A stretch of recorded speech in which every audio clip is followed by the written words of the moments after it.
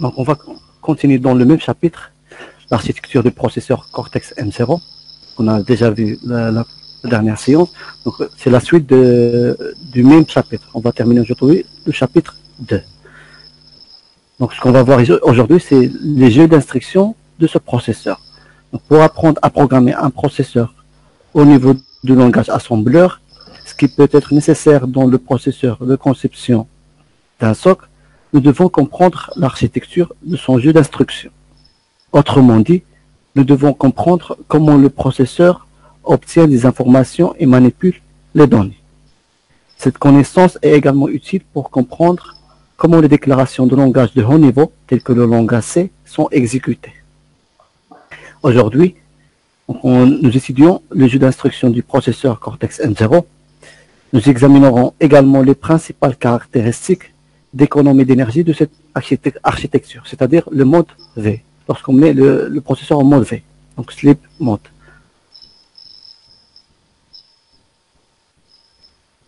Les instructions ARM sont des jeux d'instructions 32 bits qui a été utilisé dans les premières conceptions de processeurs ARM.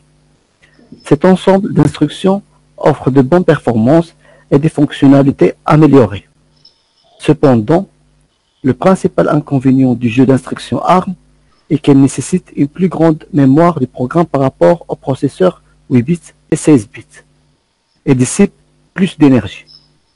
Le jeu d'instructions THUMB1, c'est la nouvelle version, est un jeu d'instructions 16 bits utilisé pour la première fois dans le processeur ARM7 TDMI en 1995. Il fournit un sous-ensemble des instructions ARM avec une meilleure densité de code par rapport à l'architecture RISC, l'architecture RISC 32 bits, c'est-à-dire Reduced Instruction Set Computing, ou ce qu'on appelle en français jeu d'instructions de calcul réduit. L'utilisation d'instructions THUMB1 signifie que la taille du code peut être réduite d'environ 30%, mais les performances sont également réduites d'environ 20% par rapport aux instructions ARM d'origine. Pour alléger la réduction des performances, il existe une façon d'utiliser le jeu d'instructions THUMB1 conjointement avec les instructions ARM, à l'aide d'un multiplexeur pour sélectionner entre les jeux d'instructions THUMB et ARM comme illustré sur cette figure. Donc on a un multiplexeur ici qui va sélectionner entre les instructions classiques traditionnelles d'ARM avec le choix d'instructions THUMB1. Donc on a ici un remarque, c'est-à-dire il va convertir les instructions du THUMB. Si on va saisir les instructions ARM, plutôt THUMB1, donc si on veut choisir un bit sur 0, on va sélectionner les instructions d'ARM. Par contre, si le bit est sélectionné sur 1, le multiplexeur va prendre en considération les instructions de THUMB1.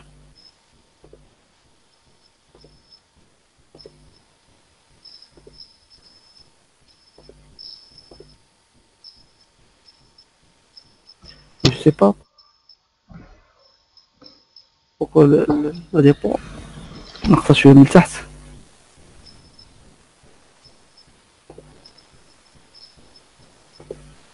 Comme ça, c'est bien. Donc la technologie THUMB2 se compose. La technologie THUMB2 se compose à la fois des jeux d'instructions THUMB 32 bits et THUMB1 16 bits original. Elle a été introduite pour la première fois en 2003. En utilisant les instructions THUMB2, la taille du code par rapport au jeu d'instructions ARM 32 bits. Le processeur Cortex-M0 utilise un surensemble d'instructions THUMB1 16 bits plus un sous-ensemble minimum d'instructions THUMB2 32 bits.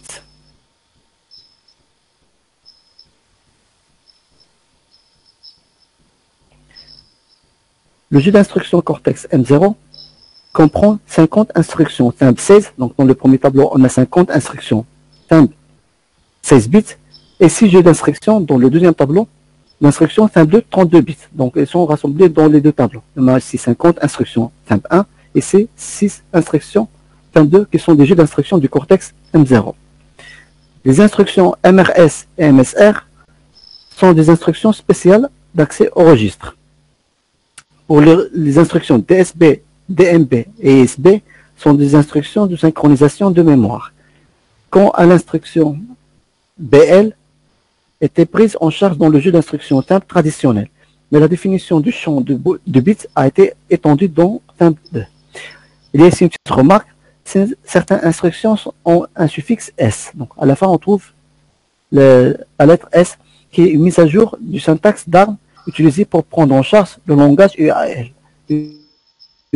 UAL, c'est un langage assembleur unifié.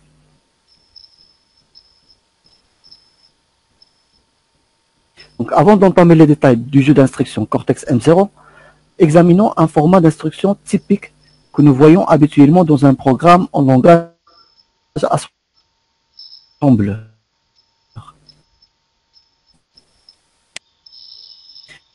Ce qu'on a effectué par l'instruction. Et elle comporte généralement 3 ou 4 caractères. Donc, le mnémonique, c'est la nomenclature de la jeu d'instruction. Donc, elle comporte soit 3 jusqu'à 4 caractères. Elle est à noter qu'une même instruction peut avoir 2 ou 3 opérandes. Donc on peut avoir 2 opérandes ou 3 opérandes. Donc pour une opération donnée telle qu'une addition, nous pouvons voir une instruction avec un format à 2 opérandes, comme le premier exemple, ou un format à 3 opérandes, comme montré dans les exemples. Donc on a ici 3 opérandes et on a ici 2 opérandes. Pour un format à 2 opérandes, donc c'est le premier exemple. Le registre de destination est également l'un des opérants. Donc le registre de destination, c'est R0 ici. Par exemple, si nous devions utiliser l'instruction add d'addition avec 2 opérandes, nous ajoutons le registre de destination au deuxième opérande et remettons le résultat dans le registre de destination. Donc on va faire l'addition des deux et on va le mettre dans le registre de destination, c'est R0. Donc le premier opérande, donc on parle ici, opérande 1, est dans la plupart des cas un registre de destination qui sera modifié par l'instruction. Donc au cours de l'instruction, elle va modifier son contenu. Donc le dernier opérande, dans ce cas on parle de l'opérande 2, dans les deux cas ici, qui est le deuxième opérande dans une instruction à 2 opérandes, donc il est le deuxième ici, et le troisième opérande dans une instruction à 3 opérandes, donc il est le troisième ici, est considéré comme un opérande flexible. Il peut être utilisé pour spécifier un autre registre ou pour fournir une constante fixe. Le deuxième opérande, donc ici, donc le deuxième opérande au format à 3 instructions est le registre. Donc on peut accéder à son contenu, mais on ne peut pas modifier. Un résumé du jeu d'instruction Cortex M0, son contenu.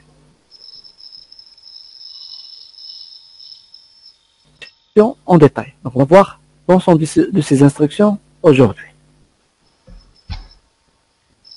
Certaines des instructions peuvent être suivies de suffixes S, comme le cas ici de l'addition add S, pour indiquer la mise à jour des drapeaux du processeur. Donc S indique une mise à jour d'un drapeau APSR. Donc lorsque vous trouvez ici S, il y a une mise à jour du registre APSR, des drapeaux qui contient ce registre.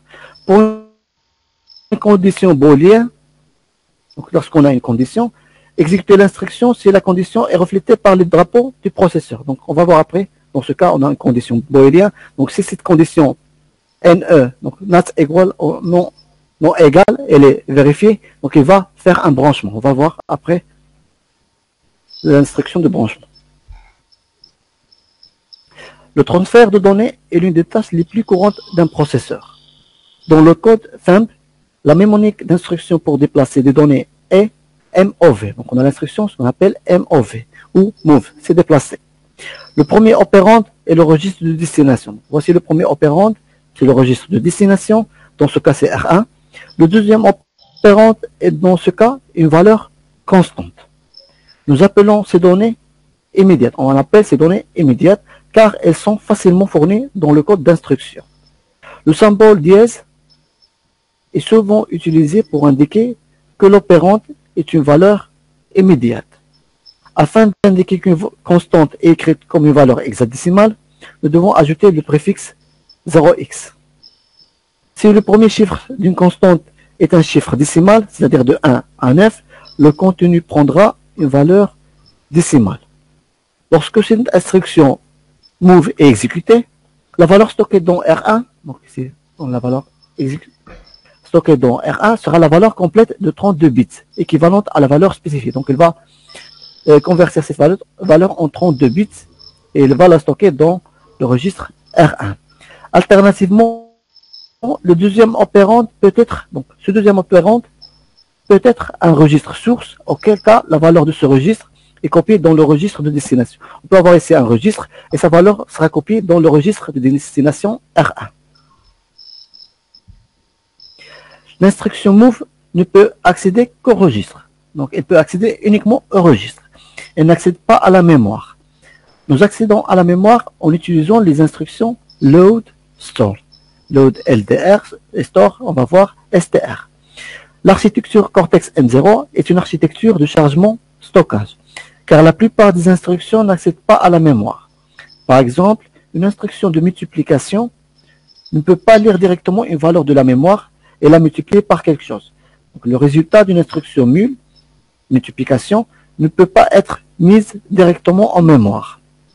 Pour accéder à la mémoire, soit pour obtenir une valeur à partir d'un emplacement mémoire, soit pour stocker quelque chose dans un emplacement mémoire, nous devons utiliser les instructions de chargement et de stockage, c'est-à-dire l'instruction LDR et STR. Dans cet exemple, illustré dans la diapositive, l'instruction de chargement utilise un registre comme pointeur, de sorte qu'elle obtient l'adresse mémoire d'un registre. Donc, comme vous voyez ici, il convient de noter ici que lorsqu'un registre R2, dans notre cas, est utilisé comme pointeur, son nom est mis entre crochets lors de l'écriture de l'instruction. Nous voyons bien que R2, puisqu'il est utilisé comme pointeur, elle est mise entre double crochets. Dans cet exemple, l'instruction de chargement LDR utilise la valeur stockée dans R2 comme adresse. Donc, il cherche ici l'adresse stockée dans R2 comme adresse. Il va chercher dans la mémoire, donc cette adresse de la mémoire, il va copier le contenu de cette adresse mémoire et va la charger dans l'adresse destination, de registre de destination R5. Donc, il récupère ce qui est stocké en mémoire à cette adresse et le met dans R5. Ainsi, lorsque cette instruction est exécutée, la valeur de l'emplacement mémoire spécifié est copiée dans R5. Donc, il va copier finalement la valeur dans R5. Le processeur Cortex M0 prend en charge un certain nombre d'instructions de chargement qui prennent en charge différentes tailles de transfert de données et modes d'adressage. Les tailles de transfert de données prises en charge sont les suivantes, soit un mot, soit un demi-mot ou un octet. Pour ceci, nous utilisons respectivement LDR, soit LDR, LDR-H pour H, ça reflète sur half, half word, ou LDR-B pour un byte, un octet. Il est possible d'utiliser l'instruction load pour modifier le pointeur d'adresse. Par exemple, l'instruction de chargement dans la deuxième ligne, ici, LDR R0 entre crochet R1 4 utilise l'adressage de décalage, ce qui signifie qu'une petite valeur constante fixe est ajoutée à la valeur stockée dans le registre R1 et le résultat de cet ajout est utilisé comme l'adresse mémoire souhaitée. Donc, il va ajouter l'adresse ici, plus 4 à R1, et il va stocker le résultat dans R0. Ainsi, lorsque l'instruction LDR R0, R1, R4 est exécutée, le processeur calcule l'adresse mémoire souhaitée qui est R1 plus 4 et elle récupère ce qui est stocké en mémoire à cette adresse et le place dans le registre R0. Les adresses peuvent également être la somme de deux registres, comme indiqué dans les trois derniers exemples du tableau. Donc, on a ici l'addition de deux registres, R1, R2, R1, R2 et R1, R2. L'exemple de la première ligne du tableau, donc la première ici, est une pseudo-instruction qui est traduite en une instruction différente plus une constante de 32 bits.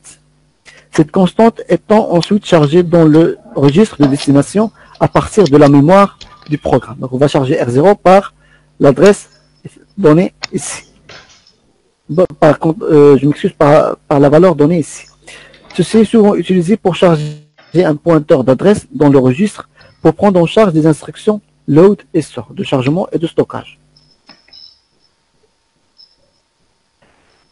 Les types de données signées sont couramment utilisés dans les langages de programmation tels que le langage C auquel cas il est nécessaire d'étendre le signe des données à partir des octets au demi-mot jusqu'à mot complet. Lorsqu'on parle d'octets, c'est-à-dire 8 bits, demi-mot 16 bits, jusqu'à un mot complet, on parle de 32 bits. Dans le processeur Cortex-M0, l'extension du signe est obtenue à l'aide des instructions LDR-SB et LDR-SH. Dans le premier exemple, LDR-SH charge le demi-mot dans le 16 bits inférieur de R0. Donc il va charger juste 16 bits dans les bits inférieurs de R0. Le bit de l'extrémité gauche de ces 16 bits est copié dans les 16 bits supérieurs de R0 pour représenter l'équivalent 32 bits du nombre de 16 bits de signe. Donc il va copier la moitié 16 bits dans le registre R0 et puis les 16 bits supérieurs qui restent, elle va les prendre et va les charger par le MSB du premier 16 bits pour prendre en considération le signe de 16 bits premier.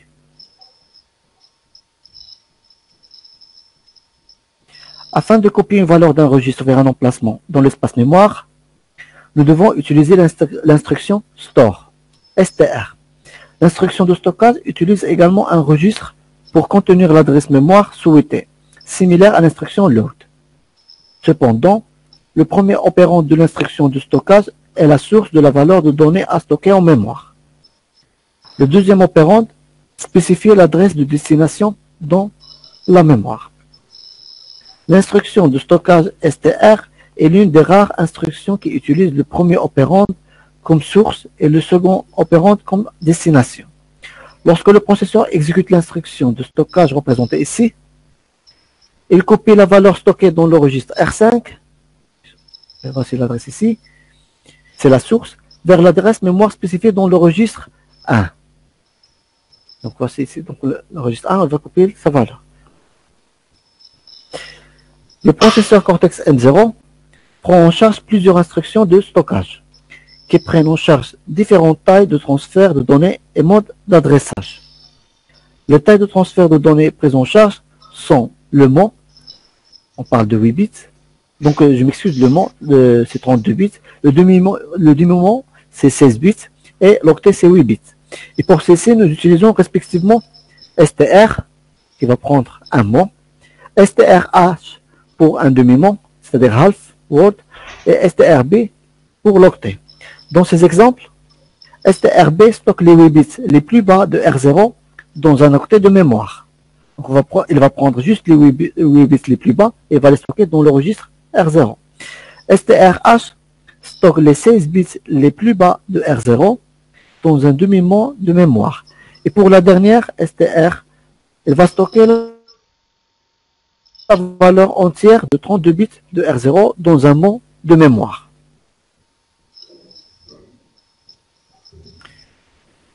Plusieurs instructions d'accès aux données, load multiple et store multiple, permettent de charger ou de stocker plusieurs registres simultanément. Par exemple, l'instruction de la première ligne du tableau, LDM R0 entre crochets R1, R2 jusqu'à R7, chargera les registres R2, R3, R4, R5, R6 et R7 avec le contenu stocké dans les emplacements mémoire R0, R0 plus 4 jusqu'à R0 plus 24. Un autre exemple est l'instruction LDMIA, c'est la deuxième ligne du tableau, qui remplit une fonction similaire à LDM. De plus, elle incrémente le registre source RN à la dernière adresse utilisée plus 4. Un troisième exemple est l'instruction STMIA, qui stocke plusieurs registres en mémoire, puis incrémente RN à la dernière adresse. Il est important de noter ici que pour les instructions multiples de chargement et de stockage, load et store multiples, la taille du transfert est toujours en taille du mot. Donc, c'est-à-dire qu'elle va transférer les données sous en forme de mot, c'est-à-dire 32 bits. L'accès à la pile. Donc, l'accès à la mémoire de la pile peut être obtenu à l'aide des instructions, ce qu'on appelle push et pop. L'instruction push écrit un ou plusieurs registres dans l'espace mémoire en utilisant le pointeur de pile, on a déjà vu SP du registre R13 comme adresse. Avec le pointeur de pile SP est incrémenté de 4 avant chaque écriture. La deuxième instruction pop, qui est complémentaire de push, lit un ou plusieurs registres de la mémoire avec SP, le pointeur de pile, incrémenté de 4 après chaque lecture. Donc le pointeur de la pile pointe toujours vers la dernière valeur écrite dans la pile, créant une structure de données, le dernier entrée et le premier sorti. C'est ce qu'on appelle les FO, last in, first out.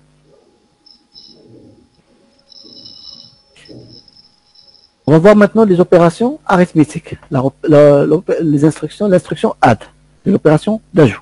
Donc l'opération d'ajout peut être effectuée entre deux registres ou entre un registre et une constante immédiate. Donc on a soit l'opération d'ajout entre registres ou registre et une constante immédiate. Donc par exemple, prenons l'exemple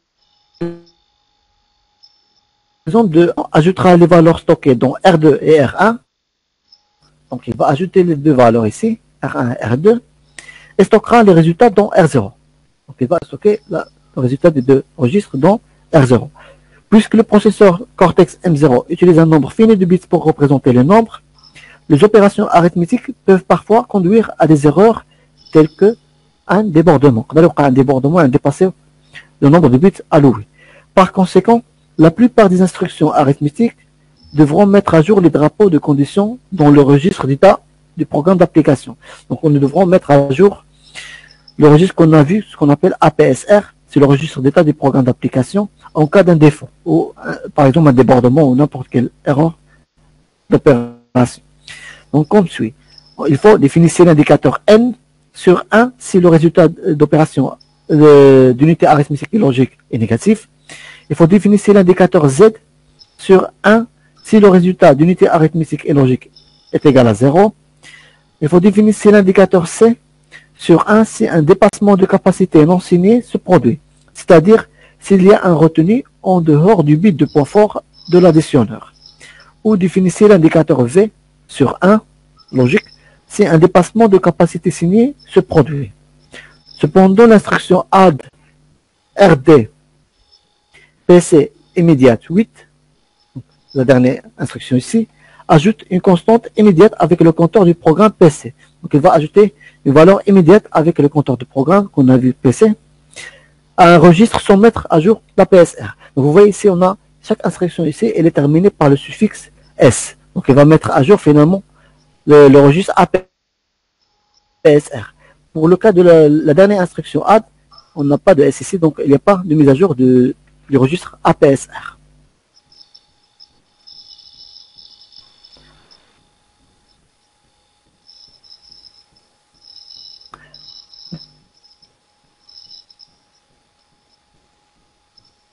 Les instructions, on va voir maintenant les instructions arithmétiques de soustraction et de multiplication.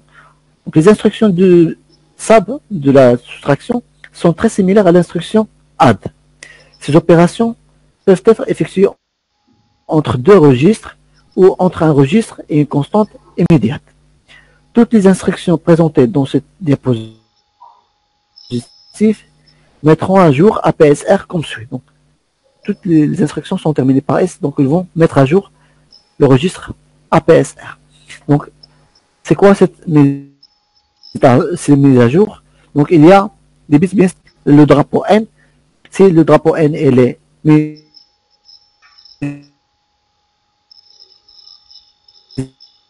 à 1, si le résultat il va mettre le drapeau Z sur 1, si le résultat de l'unité arithmétique et logique est égal à 0, va mettre l'indicateur C sur 1 si un dépassement de capacité non signée se produit au débordement. Définissez l'indicateur V sur 1 logique si un débordement ou un dépassement de capacité signée se produit. Donc l'instruction mul de la multiplication est similaire, bien qu'elle ne prenne pas en charge une constante immédiate. Donc il va faire la multiplication juste entre deux registres.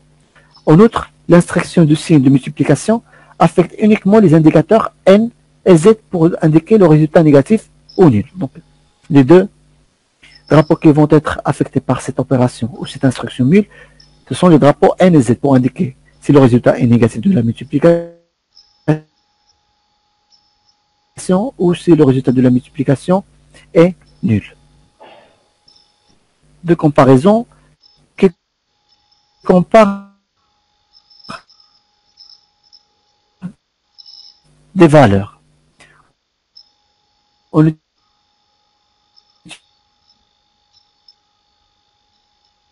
utilisons la soustraction, bien sûr, et des indicateurs de mise à jour n'est pas le résultat de la soustraction. L'exemple du tableau, calcule R0 moins R1, puis met à jour le registre APSR, mais le résultat de la soustraction n'est pas stocké dans R0. Un autre exemple, c'est l'exemple de CMN, je m'excuse, CMN, R0, R1, calcule R0 moins la valeur négative de R1, puis met à jour APSR, mais le résultat de la soustraction n'est pas stocké. En effet, l'opération est une addition. Donc c'est la même chose, c'est le même principe que l'addition, juste avec un signe négatif du registre RM. Le jeu d'instruction du processeur Cortex-M0 prend en charge diverses opérations logiques typiques telles que le OU logique et le ET logique, etc. Il comprend également d'autres types d'opérations logiques telles que l'instruction de test, TST, qui effectue un est logique au niveau du bit. Donc il y a une opération bit à bit et logique entre bits et bits, mettant à jour les indicateurs mais ne stocke pas le résultat. Les instructions d'opération logique mettent généralement à jour le registre APSR. Les instructions de décalage et de rotation sont également prises en charge dans le Cortex M0, y compris les opérations de décalage arithmétique et les opérations de décalage logique. Le deuxième opérande fournit le nombre de positions binaires par lesquelles le premier opérande doit être décalé. Donc, le deuxième opérande ici, elle va donner une indication sur le nombre de bits à décaler. Dans le cas d'opérations de décalage arithmétique, telles que l'instruction ASR qu'on a ici, le bit du point fort, ce qu'on appelle MSB, est réservé lorsque l'élément de données est une valeur entière signée et le drapeau de retenu est mis à jour en utilisant le dernier bit décalé. C'est le même principe que vous connaissez pour le processeur, donc les opérations de décalage arithmétique et les opérations de décalage logique. Les opérations de décalage logique sont effectuées par les instructions LSLS et LSRS. Donc on a ici LS et LSRS. Par exemple, l'instruction LSRS, R0, R1, c'est la première instruction, effectuera un décalage logique vers la droite sur le registre R0 par le nombre de bits indiqué par R1. Donc ici on indique le nombre de bits à décaler. Donc le décalage va être mis dans le registre R0. Donc cette instruction effectuera un décalage logique vers la droite sur le registre R0 par le nombre de bits indiqué par R1 et stockera les résultats dans le registre R0. Il mettra également à jour les drapeaux N et Z dans APSR. Donc il va dans le registre APSR et mettre les drapeaux à jour N et Z. Bien évidemment, les autres instructions sont similaires. Il n'y a qu'une seule instruction de rotation, c'est la rotation à droite, RO, RS. Par exemple, RO, RS, R0, R1, dans l'exemple ici, tournera R0 vers la droite de R1 bits. Il copiera également le dernier bit décalé vers APSR.C. Donc c'est le bit du registre APSR. De plus, les drapeaux N et Z sont mis à jour, mis à 1, si le résultat est négatif ou nul respectivement.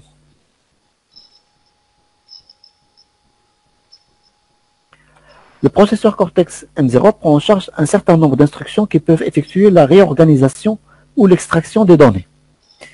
Ces instructions sont résumées dans ce tableau. Par exemple, la première instruction ici, l'instruction REV R0 R1 inversera l'ordre des octets stockés dans R1 et enregistrera les résultats dans R0. Donc voici l'opération, ce qui fait REV opération. Donc il va inverser l'ordre des octets. Donc le premier octet ici sera donc l'octet le plus supérieur va être octet le plus inférieur, ainsi de suite. Donc il va réorganiser ou inverser l'ordre des octets, non pas l'ordre des bits, l'ordre des octets. L'instruction rev 16 effectue une inversion de l'ordre des octets dans un demi-mot. Donc ici, elle va inverser juste dans un demi-mot. Donc on a 16 bits ici et on a 16 bits. On va changer l'ordre de ces deux octets et ces deux octets. Donc elle est rev 16, c'est-à-dire 16 bits, un demi-mot. L'instruction rev sh effectue l'inversion de l'ordre des octets. Donc elle va faire l'inversion d'ordre des octets. Donc les deux octets ici, le premier et le demi, dans le demi-mot inférieur. Donc on a un demi-mot inférieur ici, il va faire l'inverse ici. Puis le signe étant le résultat. Qu'est-ce qu'on va faire après? Lorsqu'on va changer ces deux octets ici, il reste 16 bits supérieurs. Donc ces 16 bits sont stockés par le signe de ce bit. Si on a ici un 1, ces 16 bits auront la valeur 1. Si on a ici ce bit, il est rempli par 0, on aura ici l'ensemble de ces 16 bits auront la valeur 0 logique. Donc ces instructions inversées sont généralement utilisées pour convertir des données entre les systèmes petit boutisme et gros boutisme. Donc ils sont généralement utilisés pour l'opération de boutisme, soit petit boutisme ou gros boutisme, c'est-à-dire l'inversion de l'ordre des bits dans un registre. Le processeur Cortex M0 dispose de 4 instructions pour convertir des données d'octets ou de demi-mots au mot complet de 32 bits. Donc, on peut convertir un octet ou demi-mot en un mot complet de 32 bits.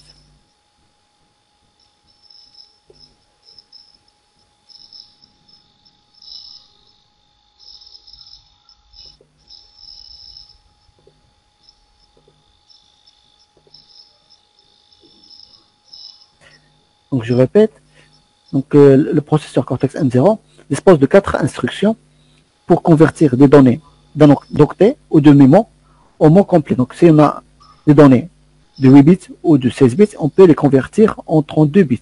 Par exemple, l'instruction sign extend, donc la première instruction ici, SXTB, étendre le signe d'octet en un mot et copier le bit 7. Donc, elle va étendre, si on a une donnée de 8 bits, donc elle va la copier dans R0, elle va étendre le signe du 7e bit dans les 28 bits supérieurs. كان عندكم مثلا 32 bits, غنكوبي واحد لو مون واحد لا دوني فيها ان اوكتي، غتكوبيو 8 ديال البيت غيبقاو لي تقريبا 16 نزيدو عليها 8، دونك يكون عندنا تقريبا 24. ديك 24 اللي يبقاو عندنا ديال لي بيت غتكوبيو فيهم لا فالور اللي كاينه في لو 7e بيت. الا كان 1 غتعمر ديك 24 ب 1، كانت 0 il va remplir هذوك لي 24 اللي بقاو ب 0. Alors que l'instruction unsigned extend, donc unsigned extend, donc UXTB, étendre un octet à un mot à l'aide de 0. Unsigned, donc non signé, elle va étendre le reste des bits par 0. De même pour les instructions SXTH, pour cette instruction, UXTH, les deux, peuvent être utilisées pour étendre un demi-mot en un mot.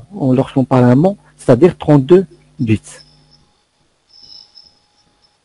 Donc le processeur prend en charge 5 instructions de contrôle de déroulement du programme, décrites dans ce tableau.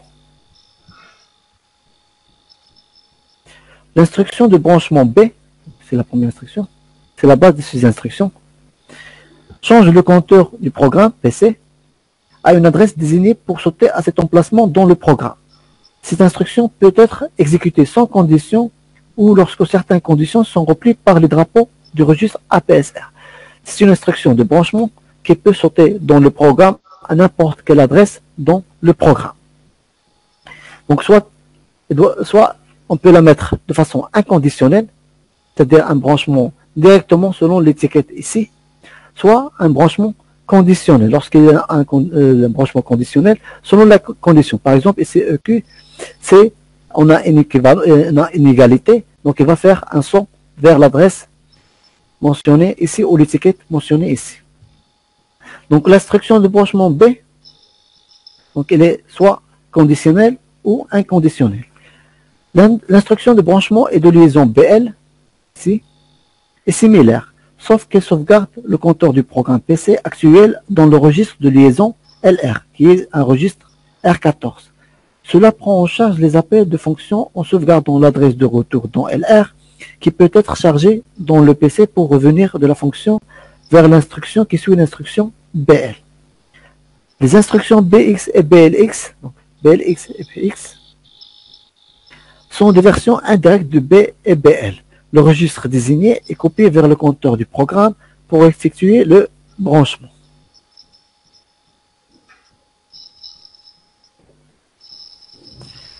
Pour les instructions de branchement, qu'on a vu B, donc l'instruction B, dans le cas des branchements conditionnels.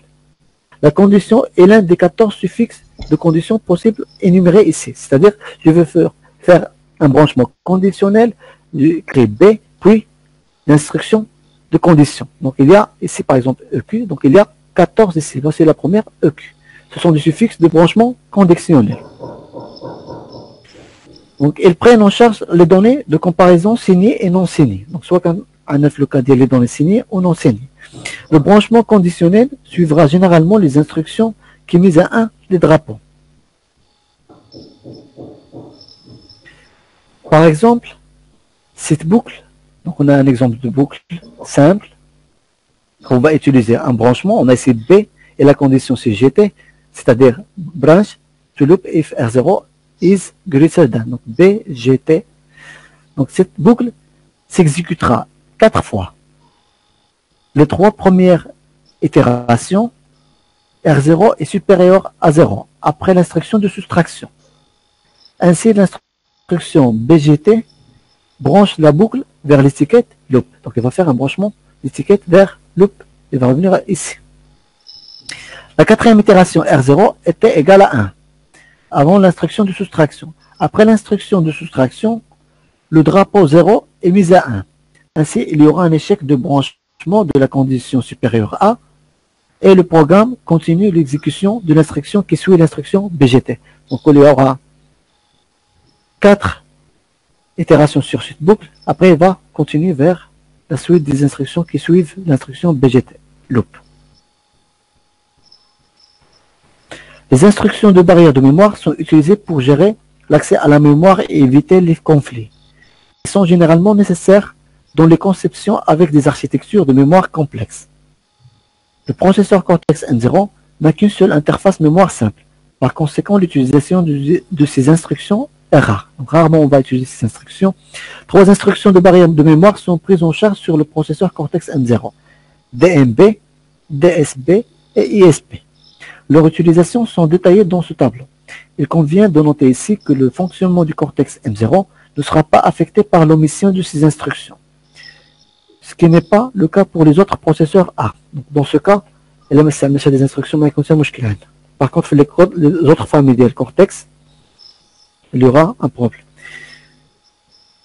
Donc, nous allons examiner 2 instructions liées aux exceptions. Lorsqu'on parle d'exceptions, donc on parle des interruptions.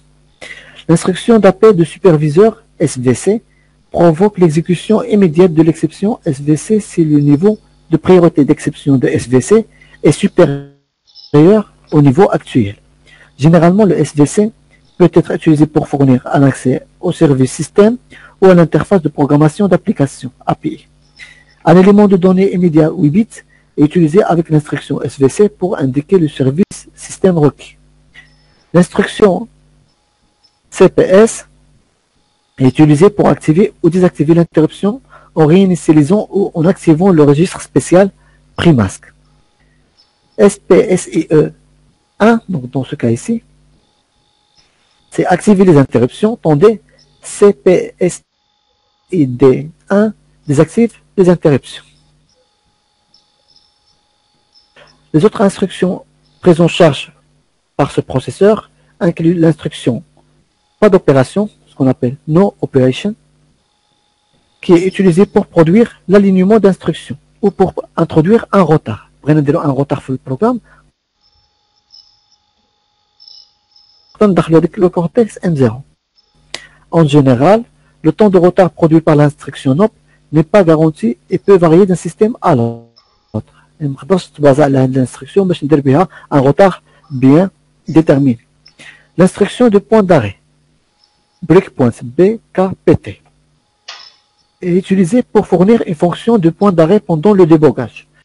Lorsque le point d'arrêt est atteint, le processeur est arrêté et l'utilisateur peut alors effectuer les tâches de débogage via le débogueur. Cette instruction a un champ de données immédiate de 8 bits. Cette valeur de données immédiate de point d'arrêt, mais le débogueur peut extraire cette valeur et l'utiliser pour l'opération de débogage. La dernière instruction, l'instruction yield, est une instruction d'indication destinée au système d'exploitation embarqué.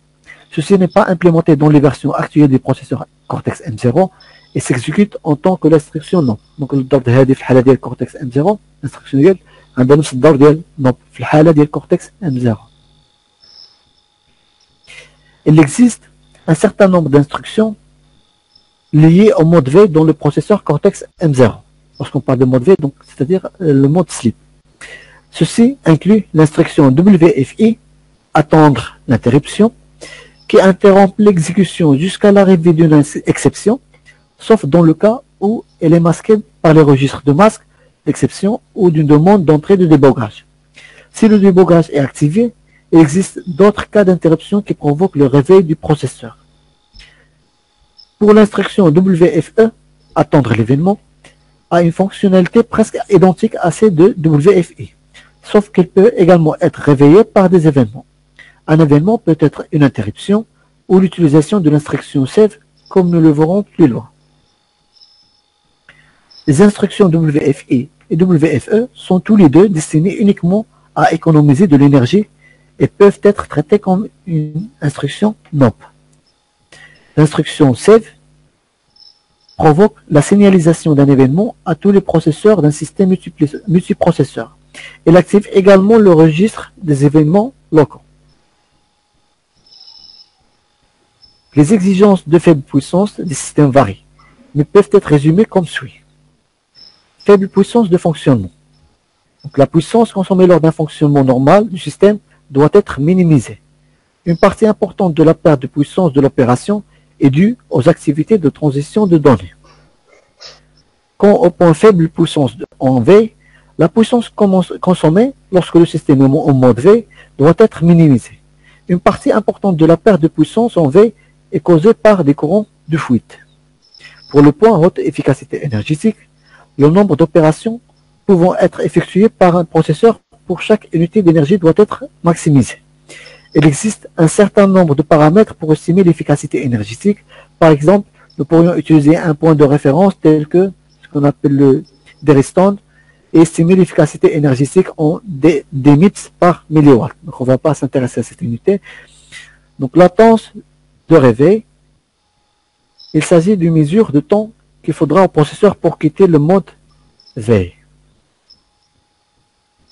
Le processeur Cortex M0 est conçu pour cibler les petits systèmes embarqués afin de répondre aux exigences de très faible consommation d'énergie et de haute efficacité énergétique.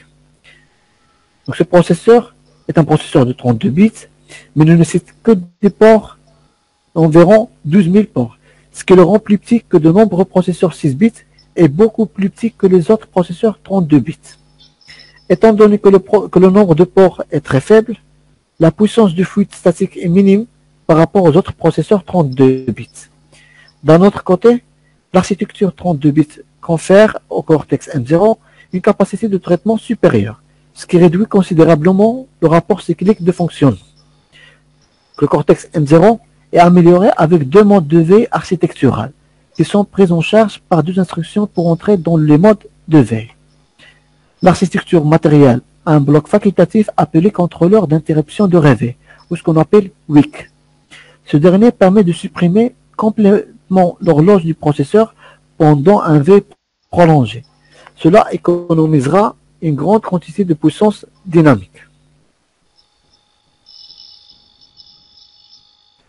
Le processeur Cortex M0 prend en charge deux modes de veille. Veille normale, qui désactive certains des signaux d'horloge, et le veille prolongé, qui réduit également les tensions d'alimentation des blocs de mémoire et éteint les composants supplémentaires. Le mode veille est entré en exécutant les instructions WFE et ou WFI, ce qu'on a vu dans les diapositives précédentes, ou en utilisant la fonction sleep on exit. Donc il y a une fonction qu'on va voir, sleep on exit, pour entrer en mode V. Donc soit en exécutant l'instruction WFE ou WFI, ou en utilisant la fonction sleep on exit.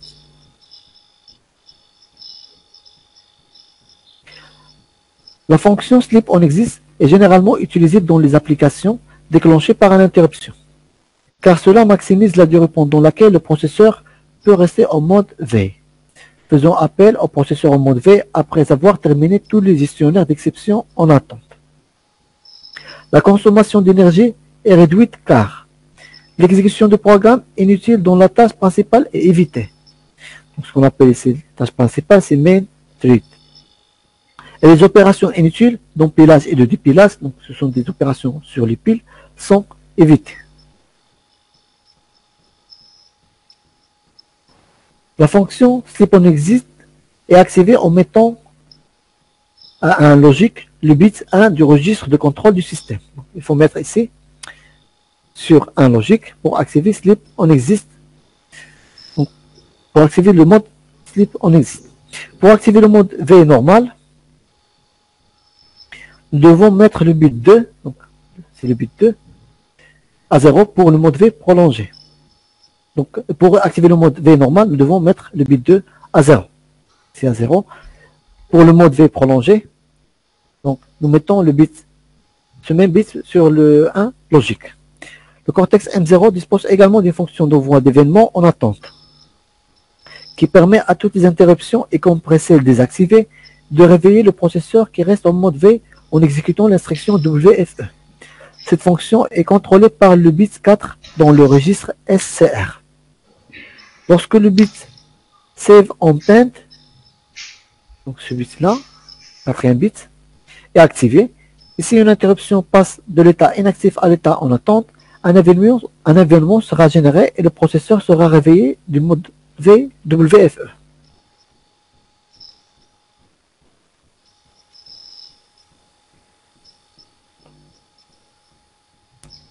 Les conditions de réveil après l'exécution des instructions WFE ou WFI présentent à la fois des similitudes et des différences. Les similitudes incluent le réveil des demandes d'interruption qui sont activées et ont une priorité plus élevée que le niveau actuel. Et le processeur peut également être réveillé par des événements de débogage. Parmi les différences, on peut citer que l'exécution de l'instruction WFE ne passe pas en mode V si le registre d'événements a été défini sur 1. Tandis que l'exécution de WFI entraîne toujours une veille. En outre, une nouvelle interruption de désactivation en attente peut réveiller le processeur de la veille WFE, si save on pend est défini sur 1. De plus, le WFE peut être réveillé par un signal d'événement externe. Ceci n'est pas le cas pour WFI.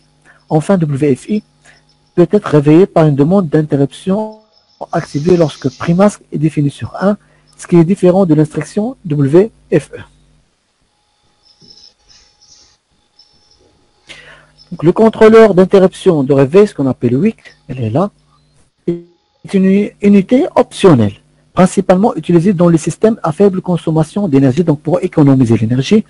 Dans ces applications, le processeur peut entrer en état de veille alors que la plupart de ses composants sont hors tension. Donc pour économiser, entrer dans le mode économique, donc il faut éteindre la tension sur les composants supplémentaires. Le réveil du processeur nécessite généralement une unité de gestion de l'alimentation au niveau du système, ou ce qu'on appelle PMU. Donc, il faut utiliser une unité de gestion de l'alimentation, c'est Power Management Unit, qu'on appelle PMU. Lorsqu'une interruption est détectée, le WIC envoie la demande au PMU dans le microcontrôleur pour restaurer l'alimentation et les signaux d'horloge du processeur. Puis le processeur peut se réveiller et traiter la demande d'interruption. Le bloc WIC est utilisé pour diminuer la puissance consommée par le processeur. L'unité WIC n'est activée qu'en mode de veille prolongé, c'est-à-dire lorsque le bit sleep deep est défini sur l'état logique 1. Donc, cet organigramme illustre ce qui se produit lorsqu'un processeur entre et quitte le mode veille prolongé. Donc, la première étape. Tout d'abord, l'instruction WFI est exécutée. Puis, le processeur envoie les informations de masque au bloc WIC. Par la suite, le processeur signale à l'unité de gestion de l'alimentation, PMU, d'initier l'état de faible consommation, mettant le processeur en mode de veille prolongé. Donc, le réveil se produit et le WIC détecte l'interruption qui signale au PMU de rétablir l'alimentation à l'état normal. Après quoi, le WIC réveille le processeur pour commencer à exécuter le gestionnaire d'interruption. Donc, en dehors des fonctionnalités de consommation du processeur, des mesures supplémentaires peuvent être prises en considération pour réduire la consommation d'énergie d'une application. Par exemple, exécuter le processeur avec une fréquence d'horloge inférieure, désactiver un périphérique lorsqu'il n'est pas utilisé. Pour les applications déclenchées par interruption, maintenir le processeur en mode veille autant que possible, afin qu'il utilise la fonction Sleep on Exit. Optimiser le code d'application pour la vitesse afin de réduire le nombre de cycles actifs. Et éteindre certains cycles d'horloge ou de l'alimentation lorsque cette partie du circuit n'est pas utilisée. Donc on a terminé ce chapitre. Donc maintenant que nous avons vu l'architecture du jeu d'instruction, le fonctionnement à faible consommation d'énergie et la gestion des exceptions, dans le chapitre suivant, nous commencerons à étudier la conception du socle où nous examinons le bus AHB. Donc on a terminé ici, on a terminé le deuxième chapitre.